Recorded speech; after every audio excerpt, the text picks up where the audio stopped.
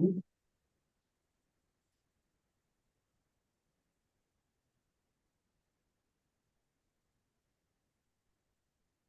it's 5 o'clock on, excuse me, October 28th. I'm going to call this meeting of Point Edward Village Council to order. Okay, and first item is land acknowledgement. We acknowledge that this land on which we are gathered today is part of the ancestral land of the Chippewa, Ottawa, and Potawatomi peoples, referred to collectively as the Anishinaabe. It is through the connection of the Anishinaabe with the spirit of the land, water, and air that we recognize their unique cultures, traditions, and values. Together as treaty people, we have a shared responsibility to act with respect for the environment that sustains all life, protecting the future for those generations to come. Is there anyone with pecuniary interest? Unknown. We have a delegation today from Enbridge, Megan Shannon and Mary Sy. They're making a presentation to us about the Southern Lake Huron Pilot Project, Sarnia Saves Project. So I'm not sure Megan or whoever's going to do the speaking. Feel free to, I've got your presentation that you sent over, excuse me, up on the screen. So if you want to go through that and yeah, we can definitely do that. That sounds great. Okay, take it away. So through you, your worship, good evening, Mayor Hand and members of Village of Point Edward Council. My name is Megan Shannon, and here with myself is Mary Sy, and we're taking the time to speak to you about Enbridge Gas's first of a kind energy efficiency pilot initiative called Sarnia Saves that has recently launched in your region this year. So next slide, please. So as mentioned before, Mary and I are your team for Sarnia Saves, and Mary is an advisor in municipal energy solutions, and I'm an advisor in municipal stakeholder engagement, both representing Southwestern Ontario. Next slide, please.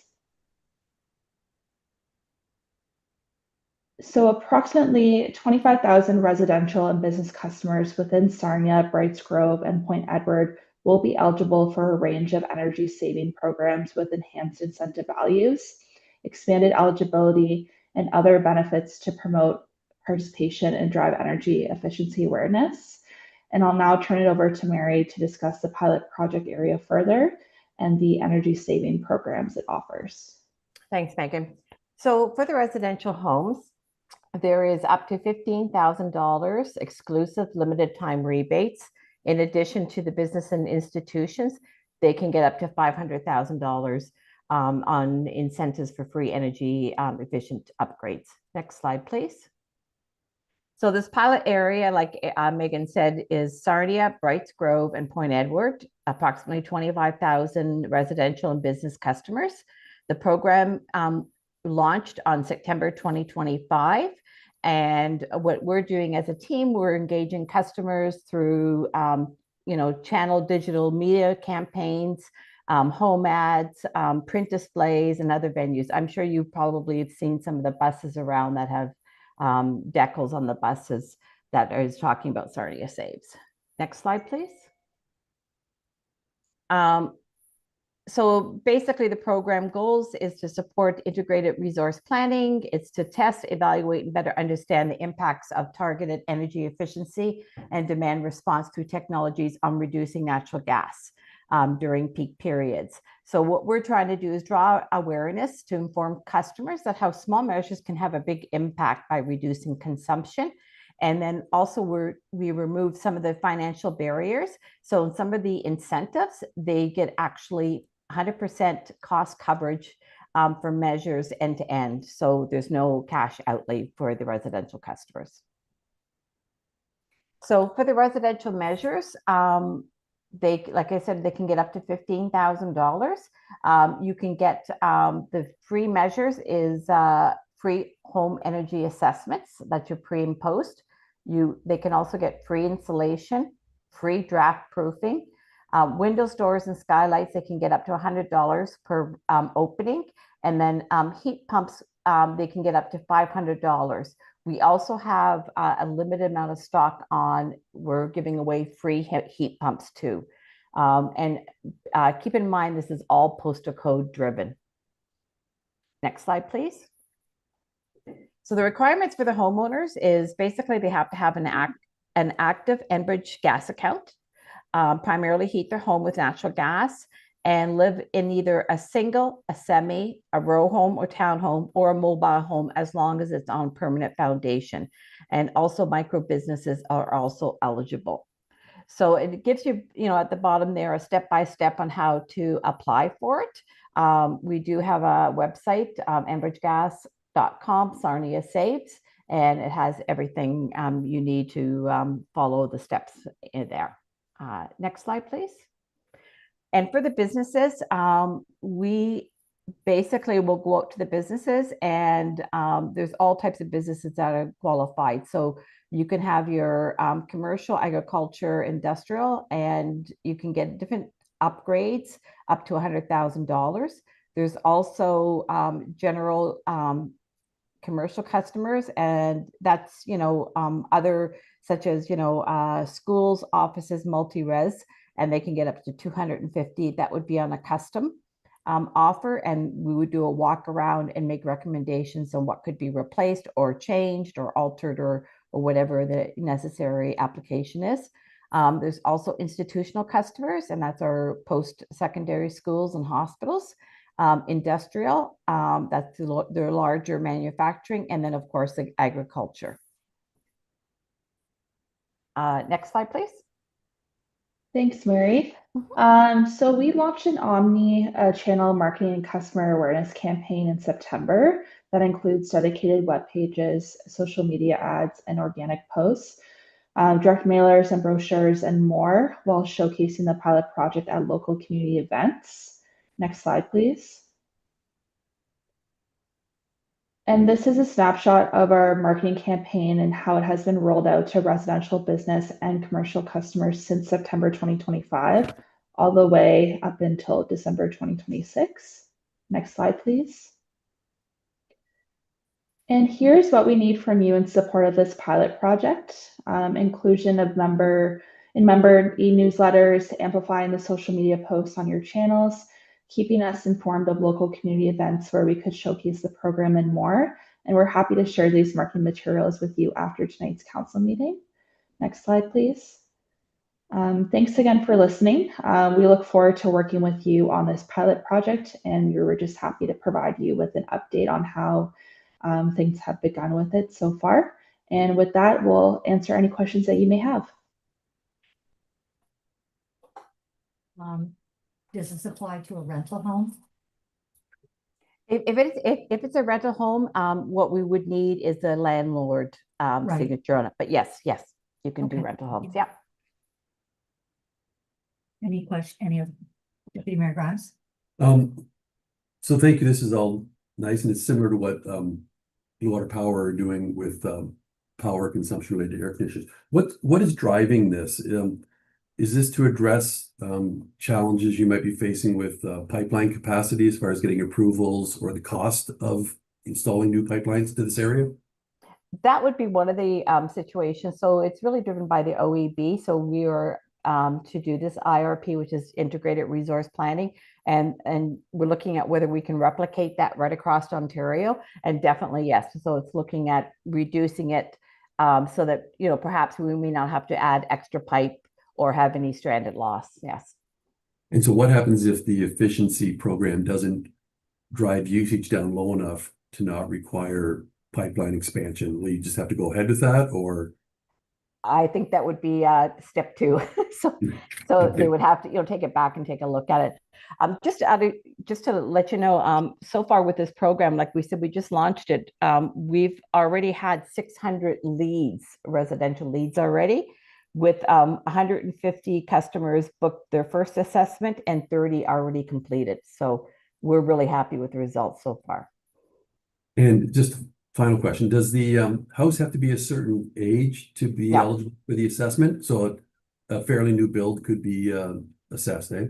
Yes, I believe a new build is considered, I believe it's a year or I know, I mean, sorry, a retrofit would be a year or older home, yes. Okay, thank you.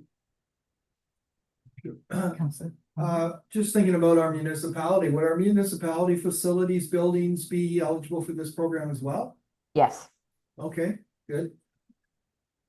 Thank so, you. so definitely I would take a look at it, you know, and Yeah.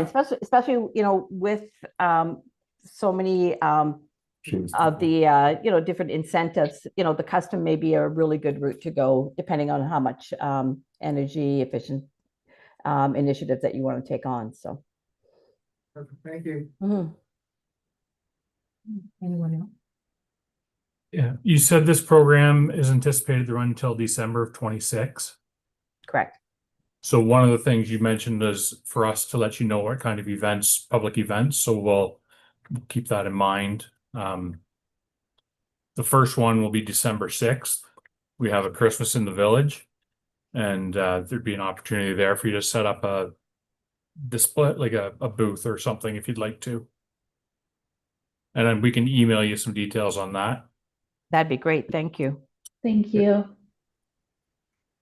There's also the light up Centennial Park night that might be a good, like it runs from 5 till 9 or something. Lots of families down there. That might be a place to catch people. Great, yes. And then is the goal to expand beyond Sarnia Point, Edward Brights Grove at some point, I assume, or is They there a wanna- specific need identified here? Well, the reason why one of the needs was selected for this area is that apparently on the meters, you have the new meters that they can literally drive by and pick up the numbers that people are using. So what we're looking at, this is a pilot. So this is really the first pilot of its kind. So it's going to be a learning opportunity. Okay. Very good. Okay, well, thank you for coming and sharing your presentation with us. And we can talk about ways of disseminating that to our residents. Yeah, Yeah, we have a mass email system. We have our social media, so we're happy to share the message. Thank Great, you. thank you. We really appreciate your time. Thank you. any questions, please feel free and reach out to us. Thank you. Thank Okay. you. Thank you.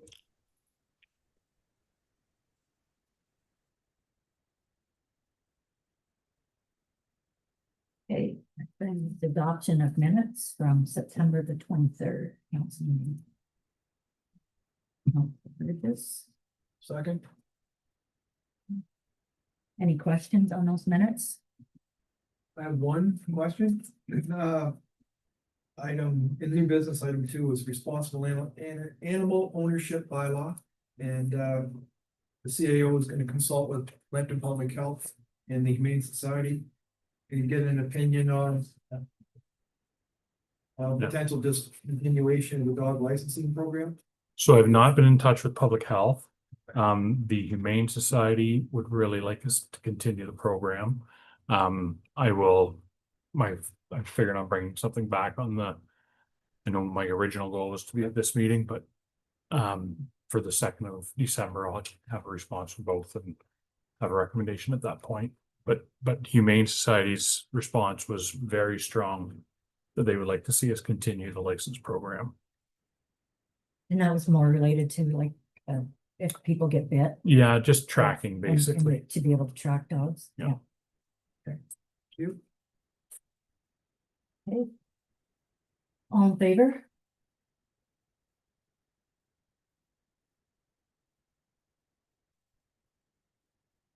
Okay, move on to financial reports, and the first one is general operations, September. Okay, so I will move that the total revenue in general operations for the month of September 2025 in the amount of $112,439.72 be approved. And that the total expenditures in general operations for the month of September 2025 in the amount of $2,168,977.70 be approved. I'll second that. Any questions? All in favor? Okay, thank you. Move on to environmental services. I'll move that the total revenues in environmental services for the month of September 2025 in the amount of $23.75 be approved. And that the total expenditures in environmental services for the month of September 2025 in the amount of $123,780.79 be approved. And that the updated financial statements for the month of August 2025 showing revenues of $296,289.69 and expenditures of $254,706.95 be received and filed. Thank you. Any questions? All in favor? Okay, move on to committee reports. First one is operations. This is on October the 14th. Move that the minutes of the Operations Committee meeting held October 14th, 2025 be approved as circulated. I can second that. Questions, anyone? Deputy Mayor Grimes? My first question is, Councillor Burgess brought forward a request from a business on Michigan Avenue to install garbage pails at Bunkin, Michigan. 2 were installed very quickly, which made the business owners very happy. But they've been removed as quickly as they were installed. Is there a reason why they're gone and how it got authorized? Mayor, I will look into it. There was no authorization to remove them. There was authorization to keep them in place and to assist the business. So they may have been stolen? Well, that's what I'm, I Oh will my certainly God. look into it. Okay, thank you. Thank you. we actually tie them down in any way, like chain them or? Typically not, just because of the weight usually will be difficult for people to move them. Yeah. Those were the very decorative units Yeah. that we put into that space. So I assumed they were bolted into the cement. Okay. All right, so we may have a police report to do then. Okay. And a further question, Mary Ann, do you know when the speed camera on Front Street is going to be turned, or is it going to be turned, or? Through the mayor, on November 1st, both the speed camera on Front Street will be turned back, facing south, as well as the speed camera on Venetian will be relocated to halfway down the St. Clair Street on the south side. Okay, and so I wanted to speak to the moving of the Venetian Boulevard one. I personally don't support it. I think we're a little premature in checking traffic on St. Clair Street. It's not even done yet. All the pavement markings aren't in place. It still doesn't have its top coat of, it's not really like a finished road. And Venetian Boulevard is our busiest road in the village. And every time we talk about signs, we want to, the Paradigm Traffic Study said that. But the data doesn't support that. It was back when Paradigm did their study. It was the busiest. And I just think that I don't think we should move right away. I think we should wait till St. Clair's done, but it's only one person's opinion. So wait till it's done, wait till the markings are in place, wait till people get used to it, and then let's do some analysis. But I think we're premature in moving it over there now. So that's my opinion. Anybody else have any comments? I do. Thank you. I would like to see it move to St. Clair. It's a busy road again. I've spent a lot of time there over the past few months, and it's returned to volumes that it was before. We went through the data of Venetian, and everybody was within the speed limits and even below it. And that's why we had that discussion about possibly moving it. And I think the volumes after we record the data on St. Clair Street will support that theory that it is just as busy as it was before. So the idea of a move was a temporary measure just to get some data from St. Clair. And that was responding to some complaints that we had saying that they're not slowed down. So we just wanted to test it out. And then it can go back. And then at some point, if depending on how budget goes, we were looking at buying another one. But the data that Mike had showed they were the lowest, and that's why we made the choice to move it from there temporarily. Lowest volume or lowest speeds? So Speed. Through the Not sure mayor, about at both, it's been 8 months of data that has been tracked, and it is the lowest traveled by volume and the lowest speed of any of the three that we It's interesting because they say the Paradigm traffic study showed it was our busiest roadway, so things have shifted, obviously. Okay, thank you. All in favor? Move on to Fire Committee. I'll move that the minutes of the fire committee meeting held October 14th, 2025 be approved as circulated. Second. Oh, wait. I've got a few highlights I'd like to speak to. During the chief's report for September, he noted that there was a compressor at the fire hall that had failed, and they're looking at options for repair or replacement at this point in time. The fire and rescue boat is now out of the water. It has been winterized and will be stored until spring at Public Works.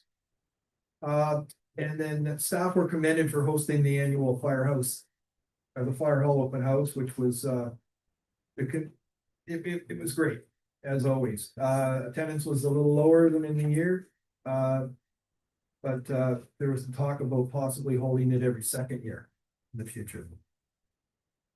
Let's see.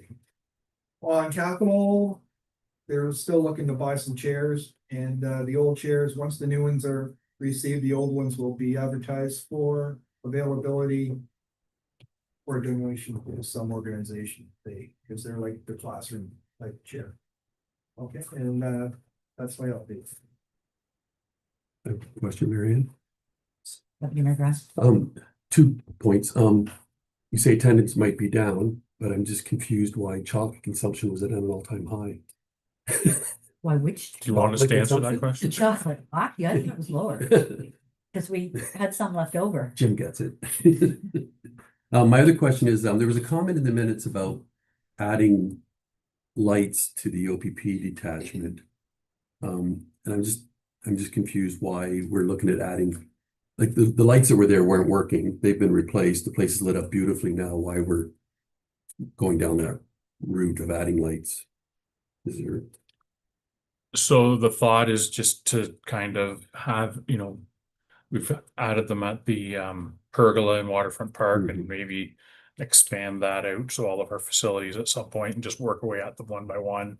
The lights at the police station weren't working, and there's been a number of occasions where like we have to go in and physically change a timer all the time, where these lights, you can put them and you can program them so that they'll come on according to the weather networks, sunset and sunrise, so that we would never have to worry about that again.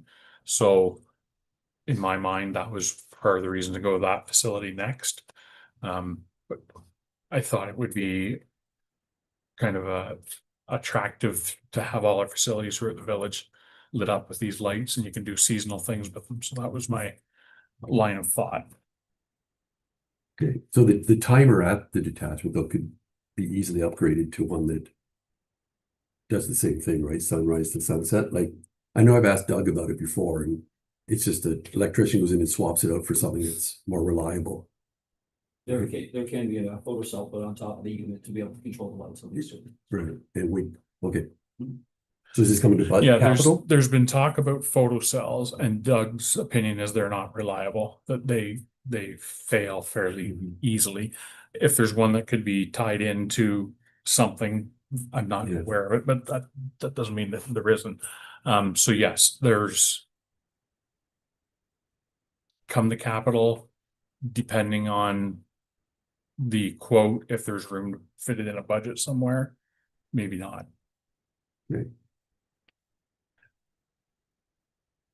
The first step I want to do is talk to the current sergeant of the OPP and have them come look at a couple of spots where those lights are being used and see if they provide enough light for them.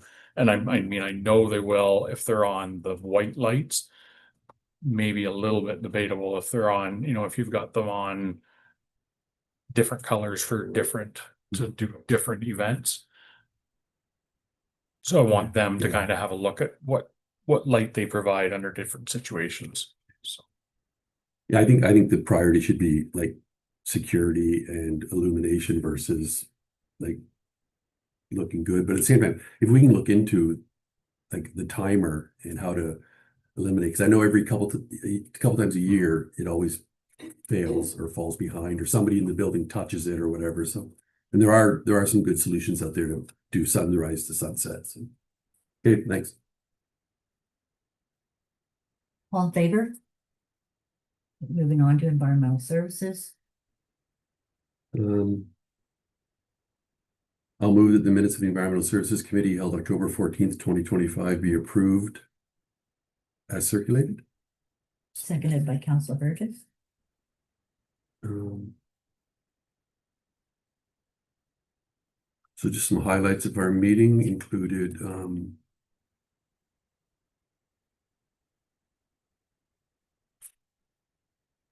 the 2 emergency diesels are going to be installed before the end of the year.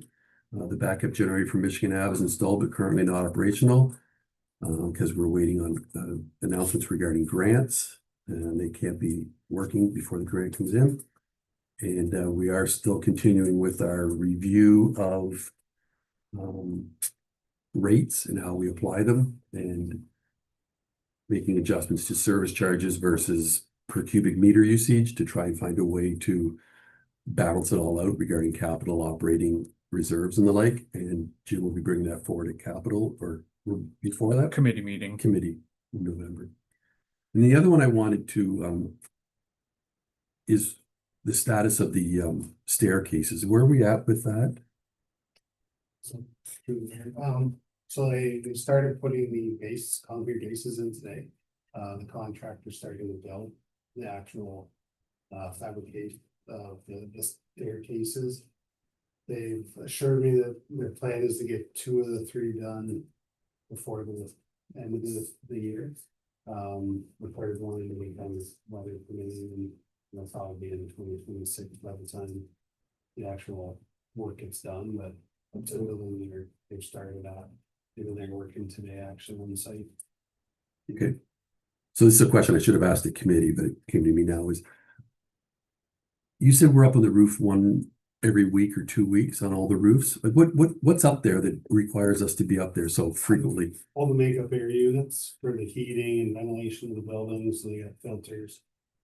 Ventilation fans are all up there, roof drains. And we service those like every couple of weeks? Yeah, they're up there, they check on them, there's regular checks that they'll do on them. We've had issues with raccoons and stuff loading up on the roof, so they go up and we've had a couple times where, you know, the animals have got and tried to make homes in them, so they'll go up and do quick checks on them.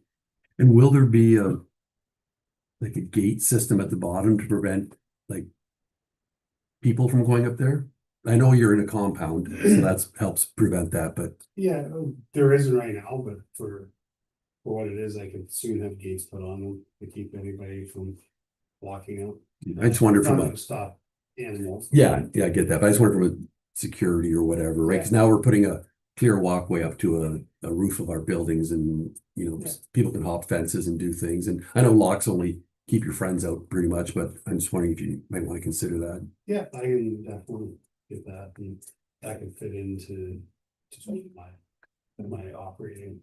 You know, it wouldn't be a lot of money for Yeah. swing gates and little padlocks, so. Yeah, okay. Definitely. All right. Thank you, Jane. Okay, any other questions? Oh, that's all in favor. All in favor, sorry. Jumping the gun. Yeah. Okay, carried. And now moving on to finance. Oh, it won't take us long to that, okay. I'll move that the minutes of the finance committee meeting held October 14th, 2025 be approved and circulated. Second. Councilor Noctor. Questions? First, I have a quick one.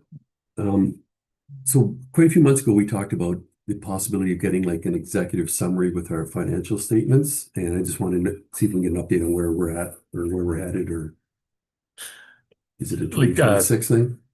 You're talking about like a variance reporting. Basically, stuff. yeah.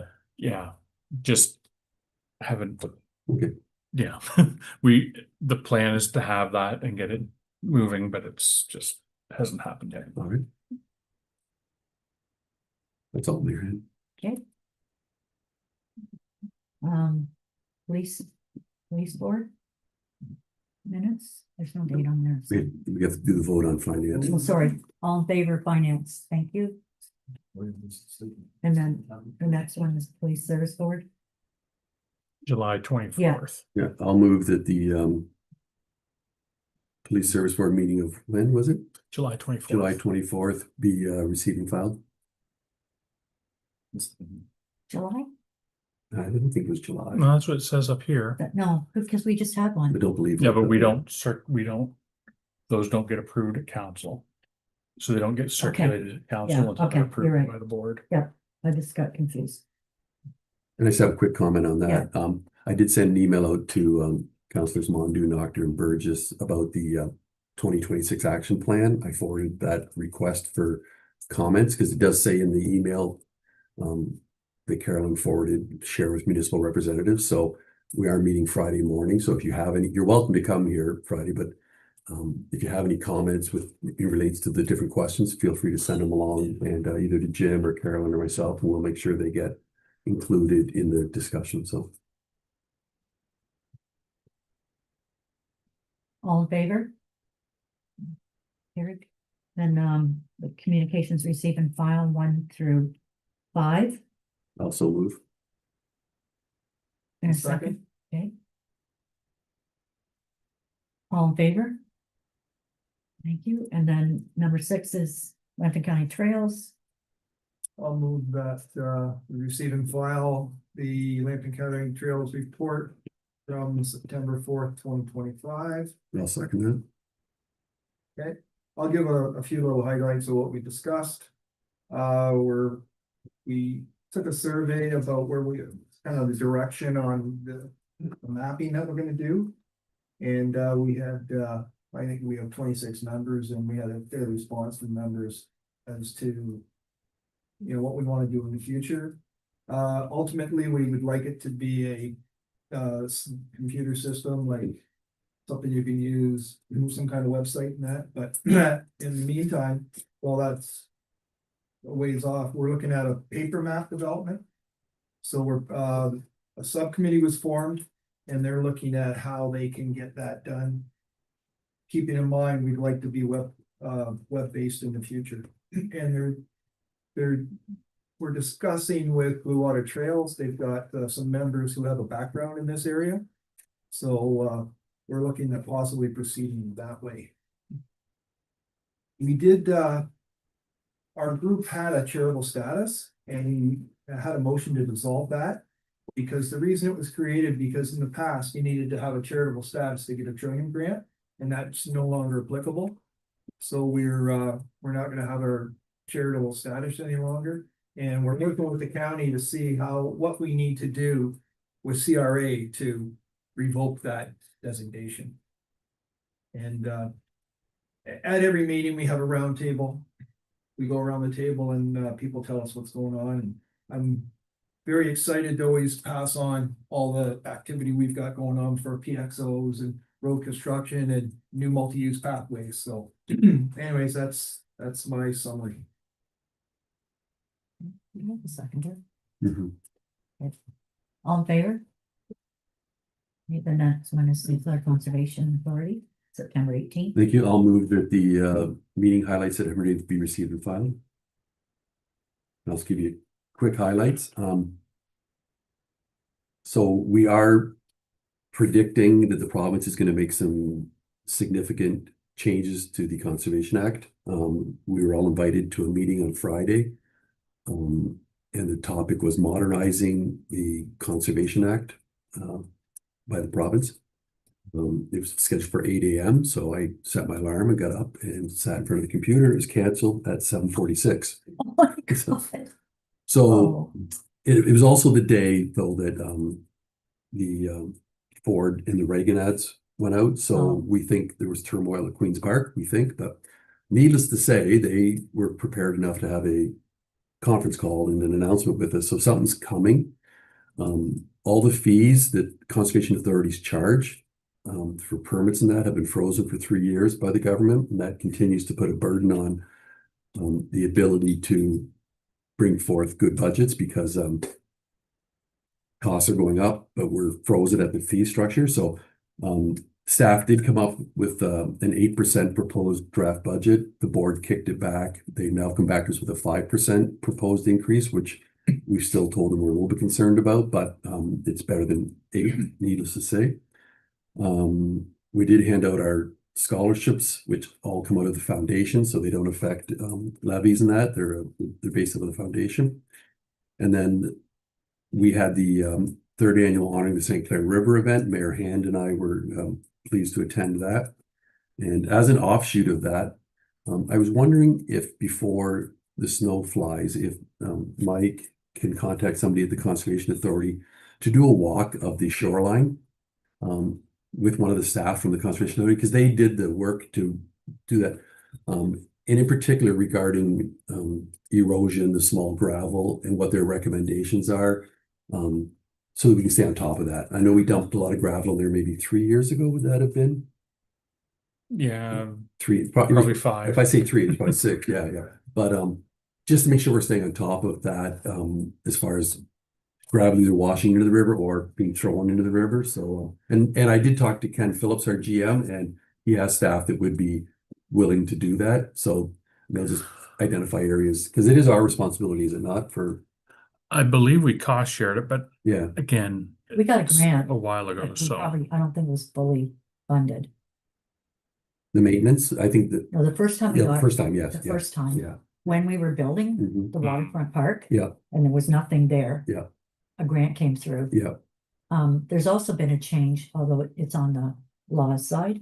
But remember when they did fix Yes. that hole? yeah, And so there's some change in yeah. stone and Yeah. gravel and whatnot on that area, which is fairly wide.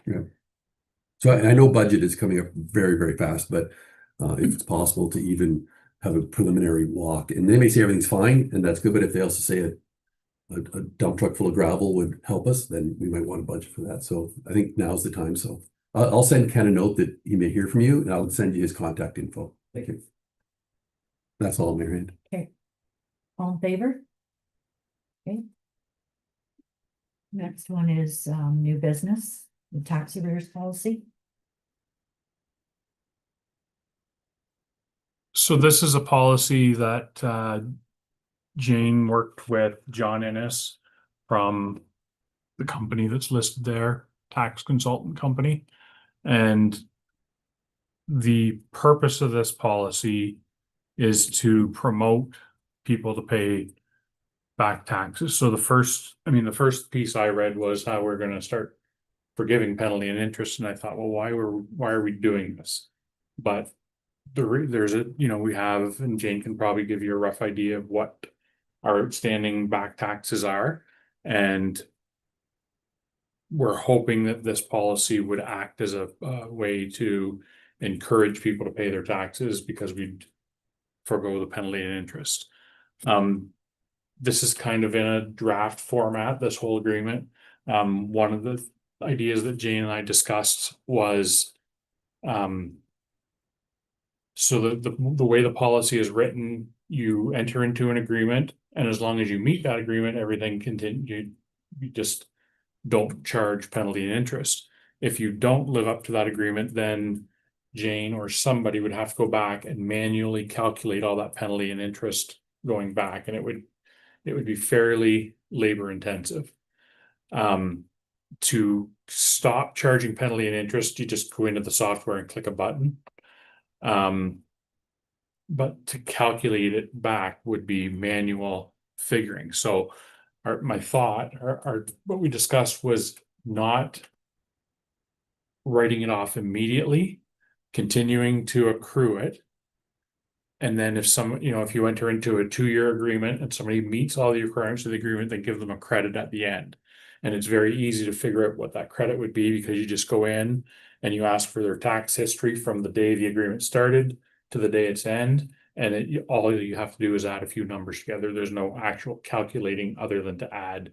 So that was my thought. And then we could forgive all the penalty and interest. You could forgive a portion of it. I mean, that's something I think we need to discuss here, is how you would like to go about doing that.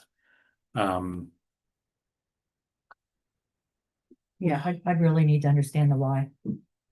the why is to promote people paying their back taxes. Right, but what if it becomes somebody's strategy? It wouldn't be effective because they would still then owe that money. Not if it gets forgiven. It only gets forgiven if they pay in full, like at the end. Although you're saying a credit instead, would that credit be added to their future payments, or would it be that last sort of payment? Yeah, the details of that would have to be worked out. I think what Bev is saying is, we'd enter into a 2-year program with property A. They would meet the requirements, we'd give them the credit, then they wouldn't pay their taxes again for 2 years. And they'd start all over again. That could be something simple to add into the agreement. It's a one-time deal. That's what I'm saying. It's like, there are some situations. It's in there, is it not? But this was your one opportunity. If you went into arrears again, you didn't have another chance. That's right, yeah. That's right. Okay, So the whole, this program is kind of a promote the taxpayer to catch up. you're right, I get it. So during that payment, we kind of, as Jim and kind of he explained at the end, we will kind of write off the penalty interest as 2 years or 3 years. But once they fail, no write off, they have to pay again as incurred during the 2 and 3 years. But this is up to mayor and the Yeah. council direction. And if council manager say this, we're not going to write off, we're kind of still regularly charge their interest, that's fine, we can revise this by law and. Deputy Mayor Ross? So my question is, I think it's a neat idea. But how many properties are we talking? Like, are we making a policy for 3 people? No, it's a good question. Right now, it's every month we run over 100 and the properties, they all the tax 100 every month.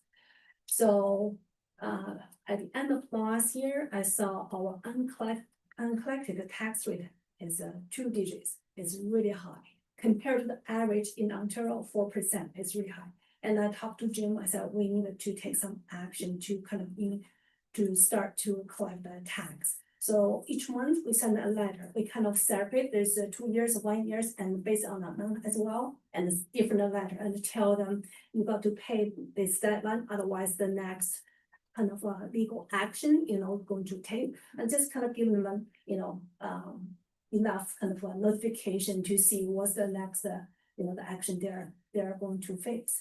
So right now it's pretty good. Right now it's kind of very close to Ontario uncollected tax rate. But then after I talked to John Innes, that's the previous county treasurer, and he strongly recommended we should have a policy in place, and then mayor and the council give the clear direction what we need to do, because by the legislation we may kind of do the tax sales. But right now, this is a 65% in the village. That's the revenue from property tax. If we don't have the revenue, we can't run the kind of the business as a normal. So if this program, the policy is approved by council, and then we can start to kind of any uncollected tax will be paid on time, and then offset our the cash, utilize the cash inflow there as well. Okay, thanks, Jay. I know we're not supposed to ever budget penalties and interest as revenue, because really in a perfect world we'd have none, right? But how much are we talking? If everybody paid and we gave them back their penalties and interest, how much a year are we at risk of not having come in as revenue? This based on current draft this policy, and this bylaw is 3 years, but this is still normally it's kind of takes 2 years, but it's after mayor and council given the 3 years. This will be kind of help some property owners. They are challenging financial situation. But definitely this is the draft one, and we have give the this the final one will finalize in December, so we have time to kind of review some items there. So uncollected right now, penalty every month I think it's $4,000 a month. So the worst case, best case scenario is that Almost. we give that 5,000 a month back to the people in arrears. No? This one is kind of having to pay their tax for 2 years. And they have to enter into this agreement. Oh, okay. Otherwise, kind of based on the legislation, they are property tax or the tax sales. So that's a whole program to kind of avoid any possibility of a property tax sales. So, and then give them, they have to figure out how to catch up with uncollected tax. But it doesn't eliminate property tax sale being a possibility. However, enter into this agreement. Okay. And then my other question is, we have a large property that has some tax arrears. Would they benefit from this potentially, or are they exempt from this? They don't have tax arrears. Anymore? They have an outstanding debt to the village, but it's not a tax arrears. That's covered by the agreement and everything, Yeah. so this would not affect that Right. at all. We're talking about the- Yeah. Okay. More effect. Okay. And then your question around tax sale, you only get one chance to go into the program. So if you did it again, I mean, it might be just push something out Right. farther. I mean, if they, it continues. Thank you. That's all the questions I have. Question, we're getting $5,000 a month. What's our outstanding arrears? Well, this is a 15% penalty a year. So every month is 1.25%. So right now it's around $300,000 uncollected tax. So that is, times kind of 1.25 and $4,000. Yeah. Okay, thank you. I just want to clarify it, so we would be in a better position if we could collect all of that 300,000 rather than budget for that 5,000 a month, right? Is that what you're saying? It's for this penalty and interest, it's revenue. It's revenue, but we are not really kind of get a revenue from the penalty interest because that's property owner, they have a challenge in their finance. But it's right now the trend based on the last few years, that's pretty consistent.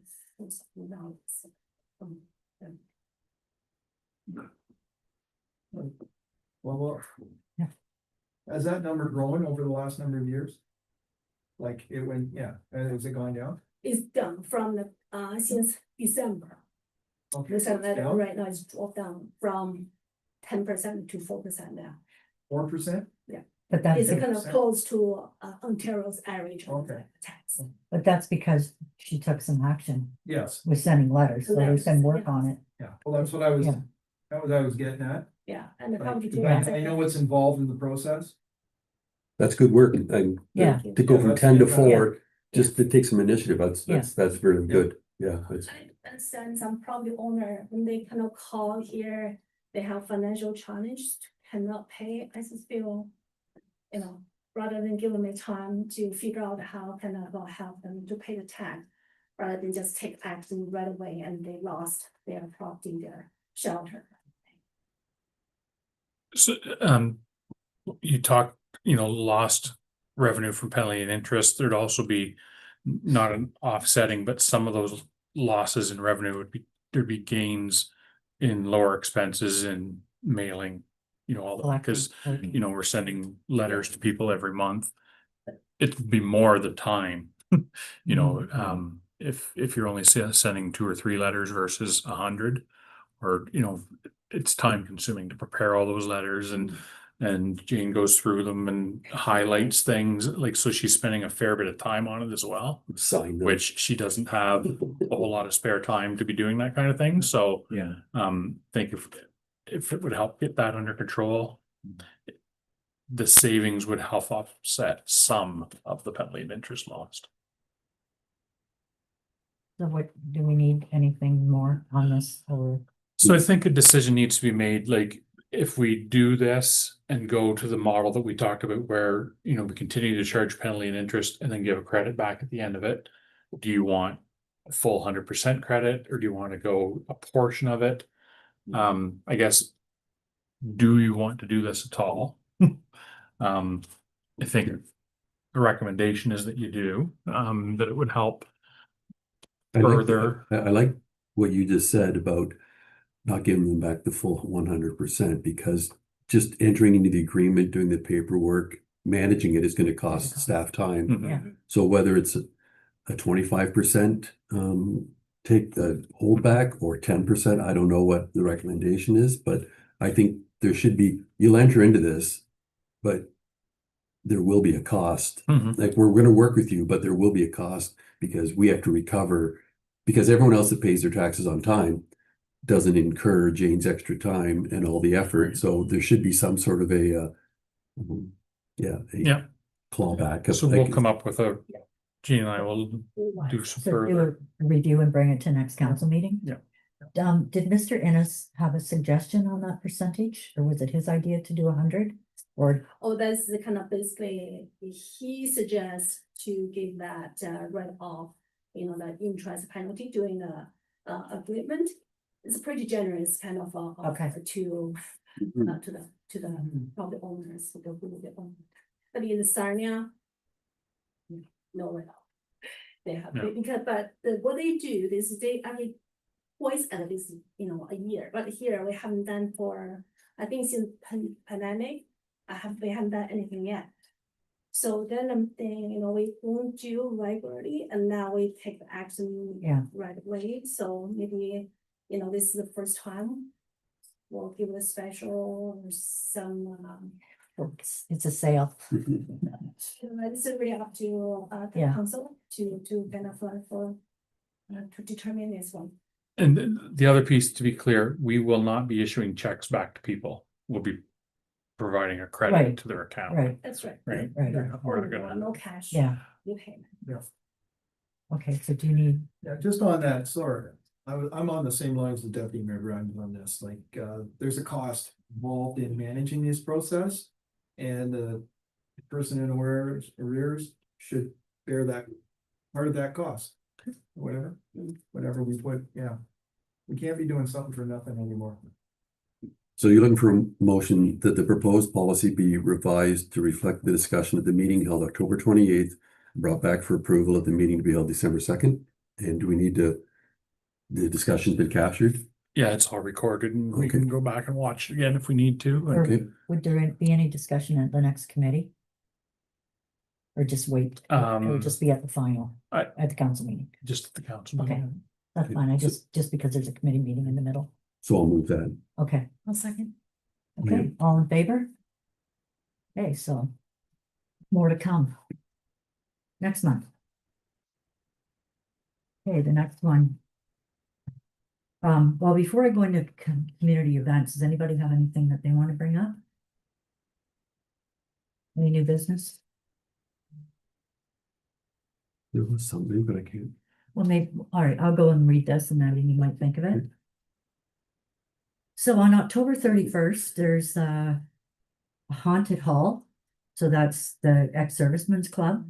And when I was doing the research, I was surprised to read, that's 35 years they've been doing that candy handout. It didn't seem to me it was that long ago, but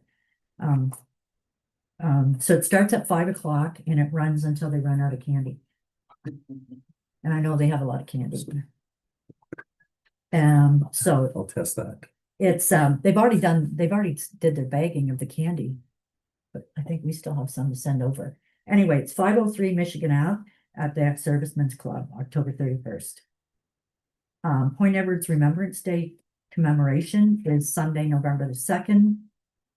We muster at 10 o'clock at the club, at the Ex-Servicemen's Club, and it's a 10:45 departure for the cenotaph.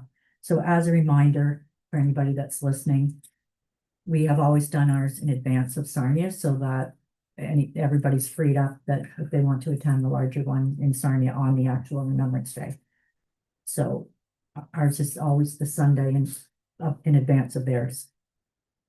And I just said November the 11th, the ceremony and Sarnia leaves from the Sarnia Legion. December the 5th is light up the cul-de-sacs, so we've started, the neighbor group has started some work on that. And we'll soon be starting to decorate, and it'll be gather at the pergola. And moved it up a half hour this year to 6:30, because it's dark enough to start out early. And then there's hot chocolate and cookies and Tim Hortons, Timbits, and then walk along the trail to see all the different cul-de-sacs. The following day, December 6th, is Christmas in the Village. It starts at 11 o'clock. And just as a reminder for those who aren't aware, Santa moved to the community hall. He likes to be inside now instead of being at the pergola. And then he was at the ice creamery, and that was really a tight squeeze. So they'll be at this community hall. The sleigh ride is also loading from the community hall, and then all the other activities, but it's 11 o'clock on the 6th. December the 6th is Sarnia Christmas parade. But I haven't seen anything on that one yet. I don't know if it starts, I think 6:30, but I haven't seen anything in writing. Celebration of Lights. The community activity is November the 29th at 5 o'clock. And they have all kinds of activities for kids, and that's the night they light everything up. And November 25th is at 9 o'clock is Budget Day here at the Village Council Chambers for anybody that wants to come and be entertained. And there's one more event, Christmas at the Animal Farm. It's also a fun day, but it happens to be the same dates as our activities. So it's Friday night, December 5th, and it's Saturday, December the 6th. It's put on by Sarnia Kiwanis Club. Friday nights from 5:30 till 9, and Saturdays from 10 to 2. I have one more item. Yeah. November 15th, Saturday, is Pima Spirit Day at our arena. All of the home teams from all age divisions are playing at home that day. And it has an 80s theme, so they're apparently some of the coaches will be dressing up in 80s theme, and that'll be, you can get a mullet haircut, Tim. You and I could go in and get a mullet, they say. So it's going to be a fun day, and it's a lot of energy and activity, and it's a good day. Big day at the arena. Thanks for reminding me. I forgot about that one. Okay. So there's no other new business. Move on to bylaws. Who wants to take bylaw number 25? We can do it. Thank you. Move the bylaw 25 of 2025 being bylaw to provide the right of entry for municipal enforcement be read a first, second, and third time and finally passed on this 28th day of October 2025. I can second that. I have a question. Go ahead, Is Greg. this just a housekeeping? Pretty much. I mean, it's a lot of individual bylaws have right of entry included in them, but they don't all. So the recommendation from property standards and building officials from the county basically was to pass this all-encompassing bylaw that allows them to have right of entry. All in favor? Okay. And at this point in time, we're going to adjourn to an in-camera session. Can I have a mover and a seconder, please? So moved. I'll second. Thank you. And for those that are listening, we won't really be coming back. We'll just come out and do a quick report out from the in-camera, which could be a while from now. So we'll say goodnight.